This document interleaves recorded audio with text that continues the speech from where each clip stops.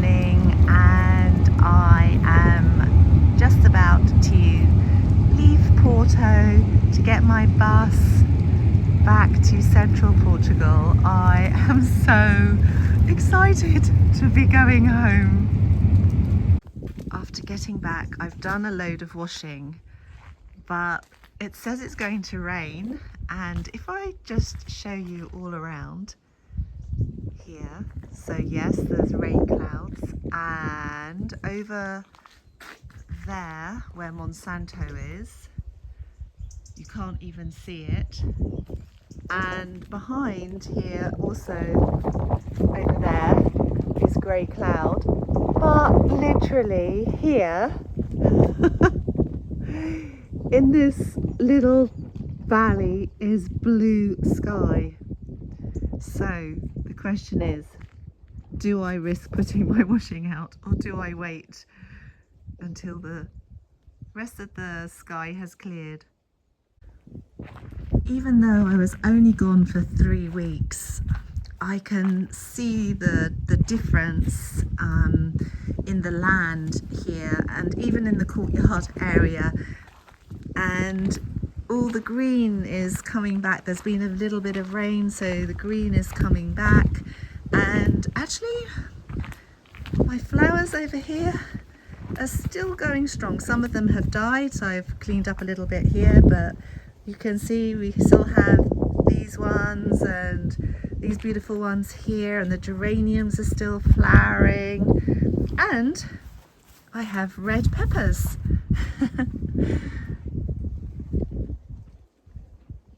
And while I was away, I had a log delivery. So this pile here, huge pile of logs here. My job today is to, well, start to put them into the wood store over here. So that's going to be a job for me. And over in the field, look at the grass. It's funny because I forgot that this is what happens at this time of year when there's a bit of rain, and it already starts to green up, and it's really starting to have like this autumnal, well, it is autumn, the autumn feel about it, because as you can see here, the vines all changing colour. And the sun is shining today, although rain is on its way again, but that's normal. This time of year, it's sun and a mix of sun and rain, but still it's warm. It's 21 degrees today. And this particular tree here is doing really, really well. I need to clear up the vegetable garden here now, pick the rest of the tomatoes that are finished with, and then I have a few purple sprouting broccoli that have managed to survive, and the reason they get eaten is because you can see this little guy here. These are the culprits. Yes, I think the wind has kind of blown them over a little bit, but there's a few going on here. And then over here with the bath and the worm compost, I actually put some cardboard in there yesterday. This is the beginnings of it, so cardboard first, and then some green and browns in there. Then I'm going to start putting the food scraps in here, and I'm going to go online and buy some worms.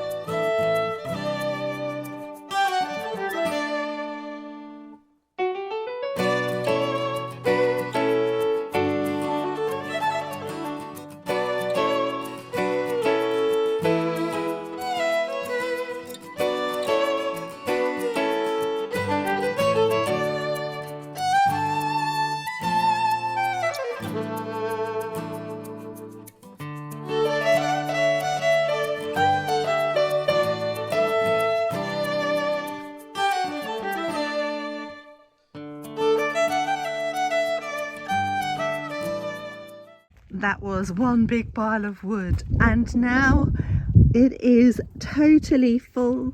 We have lots of big ones, smaller ones, more big ones, and then down here is all the kindling. So yep, I'm ready for winter.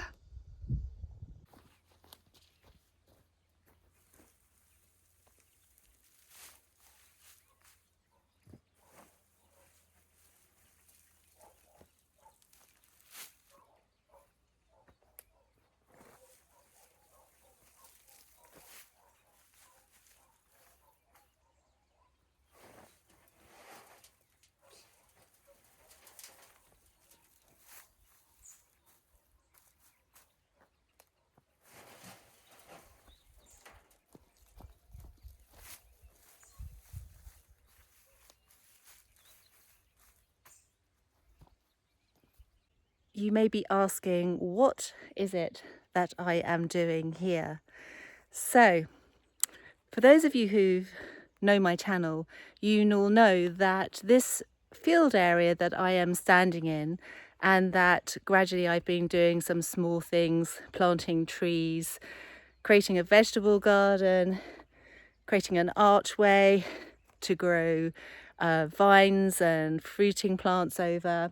Well, this is basically going to be a mini field.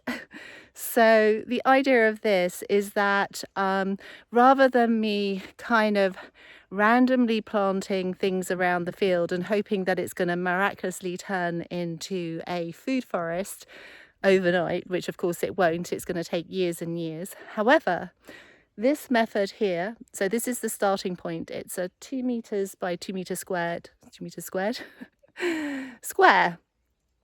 And this is going to be a mini food forest, and this is just the start of it. So this is me preparing the soil, because this soil here is really hard, and one way of doing it is to dig down 50 centimeters to 1 meter and then fill it with lots of good soil and manure and stuff like that. However, it's very hard to dig this land without a tractor. I don't want to bring a tractor here to do it. So the other way is to put a whole layer of mulch like this, straw on the top, a good thick layer, and by the time that spring arrives, it will have the soil underneath will have stayed really wet, because we'll get a lot of rain, and it will break down the soil, so that then it will be easier for very small trees and seeds to grow in. And the idea then will be to plant quite a number of things in this small area, because this is going to be also a test to see how things grow here as well. So there's going to be at least 5 fruit trees in this small area. They're only going to be very small fruit trees. And there is going to be shrubs, there is going to be some of the tagazasht, there is going to be around the outside, there's going to be vegetables growing, because all of this is going to create biomass, and every one of the plants that's going in here and the trees, they're all going to help each other to grow. So from the point that you plant something to like 3 months after you've planted, the growth here should be very, very noticeable. Whereas I'm going to show you this lemon tree I planted here in the middle of a space. I didn't put a lot of mulch around it as well to help it, and this is what it's looking like after 2 years. So it did start off a lot healthier than it's looking now. Look, there is new growth there, but this is what I mean. When you plant something on its own, it doesn't do well. Here I am back at home in my beautiful stone house here in Monsanto in Portugal, and I just wanted to say how I'm feeling, really. It's a bit like I've been away for 3 weeks, and I don't know about you, but whenever I would go away on holiday, that's in my old life, because here I don't actually, I say, go on holiday. To me, walking the Camino way wasn't a holiday. it was something different to that.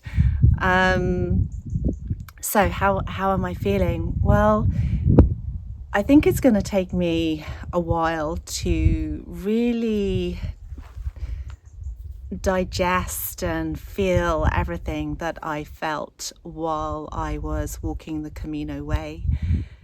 It definitely was a very challenging journey for me, physically and emotionally, and the physical aspects brought up things in me emotionally as well. And so I do feel like I rose to the challenge. I'm very proud of myself that I did it. I know I took 18 days to do it, but I did it my way. And yes, so I think one of the main things that it brought to my attention was to be present, to be really present in the moment. And I know that we hear this a lot, to be mindful, to have awareness in the moment, because this is where it's all happening, in this moment. And not to say that we shouldn't dream as well, because if we don't dream and take those baby steps towards our dreams, then we won't achieve anything, like me walking the Camino. I've been waiting 10 years for some reason to walk the Camino. And yeah, now I've done it, and I'm sure there'll be another dream to replace that one. However, I feel that I am currently living my dream life. Everything might not be exactly how I would like it, desire it. The main thing being that I don't have someone currently to share it with. However, gosh, why I'm still emotional. Yes. So to be present with what you have in your life at the moment, and to look at those things and to see those things that you are grateful for, because by being grateful for the things that you already have, that gives you that feeling of abundance, and not that you're lacking something, not that you're having to strive for something else to feel fulfilled. And so, yes, coming back here, my head was full of, I want to get on with this project, I want to do that, I'm doing this. And then I had this kind of, I think, overwhelm of all the things that I wanted to do in this present moment. And of course, you can't do everything that you want in one moment.